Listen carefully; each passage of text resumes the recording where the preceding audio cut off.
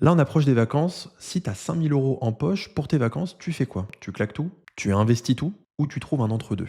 Et ben, on va en prendre 3 cas dans cette vidéo. Le cas numéro un, ça va être le cas du bon vivant. Alors lui, il se pose pas de questions. Il ouvre le robinet, hôtel, restaurant, voyage, avion, etc. Il claque tout. Alors c'est bien, quand on veut kiffer, on a bien raison de le faire. Mais résultat, tu reviens bronzé et t'es complètement à poil patrimonialement parlant. Parce que du coup, zéro investissement, zéro vision long terme. Donc en fait, ton plaisir d'aujourd'hui, bah, c'est ta précarité de demain. Cas numéro 2, le fiscovore. Celui qui kiffe la fiscalité, qui se dit, moi je suis là pour optimiser à balle. Lui, c'est l'obsédé de l'optimisation. Il va prendre ses 5 000 €, il va les foutre tout de suite sur un plan d'épargne retraite. Boum, économie d'impôt, il en tranche à 30, il gomme 1500 € d'impôt comme ça. Alors c'est aussi très bien, ça permet d'optimiser sa fiscalité, de préparer l'avenir et donc de préparer sa retraite. Mais bon, t'auras passé l'été à regarder les stories de tes potes depuis ton balcon. C'est pas ouf non plus. Et puis il y a le cas numéro 3, celui qui joue l'équilibre. Et c'est souvent le plus malin. Parce que lui, du coup, il va se dire, bah, finalement, sur mes 5 000 €, je vais peut-être en investir que 3 000. Alors certes, il n'aura pas la meilleure optimisation fiscale que le cas numéro 2, mais au moins, il en a un premier et il a commencé à investir sur le long terme. Il a un avantage fiscal et en même temps, il prépare son avenir. Et là, il va garder 2 000 € pour se faire plaisir. Alors oui, ça demande de budgétiser ses vacances, mais au moins, tu profites aujourd'hui sans sacrifier demain.